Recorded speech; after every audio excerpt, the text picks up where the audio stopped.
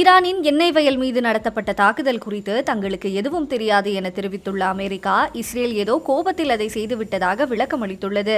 அதே சமயம் அப்பாவியான கத்தார் மீது தாக்குதல் நடத்தாதவரை ஈரானின் எண்ணெய் வயல்கள் மீது தாக்குதல் நடத்த மாட்டோம் என ட்ரம்பும் உறுதியளித்துள்ளார்.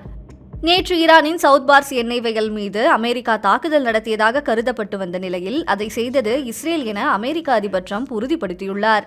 இது தொடர்பான தனது ட்ரூத் சோஷியல் பக்கத்தில் பதிவிட்டுள்ள அவர், கோபத்தில் இஸ்ரேல் இந்த தாக்குதலை நடத்திவிட்டது. இந்த தாக்குதல் குறித்து எங்களுக்கு எதுவும் தெரியாது. இந்த போரில் கத்தாருக்கு எந்தவித தொடர்பும் இல்லை என தெரிவித்திருக்கிறார். ஆனால் அப்பாவி கத்தார் குறித்து எந்தவித உண்மையும் தெரியாமல் அவர்களின் LNG ஆலையை ஈரான் தாக்கியது நியாயமற்றது எனவும் ட்ரம்ப் கூறியிருக்கிறார். மீண்டும் கத்தார் மீது தாக்குதல் நடத்தாதவரை சவுத் பார்ஸ் மீது இஸ்ரேல் தாக்குதல் நடத்தாது எனவும், அதையும் மீறி தாக்கினால் சவுத் பார்ஸை இஸ்ரேலின் ஒப்புதலோ உதவியோ இல்லாமல் கூட அமெரிக்கா ஒட்டுமொத்தமாக வெடித்து சிதற வைக்கும் என அந்த பதிவில் ட்ரம்ப் மிரட்டியுள்ளார். ஆனால் ஈரானின் இந்த பேரழிவுக்கு வழிவகுக்க விரும்பவில்லை. இதனால் ஈரானின் எதிர்காலமே பாதிக்கப்படக்கூடும் எனவும் அவர் குறிப்பிட்டிருக்கிறார்.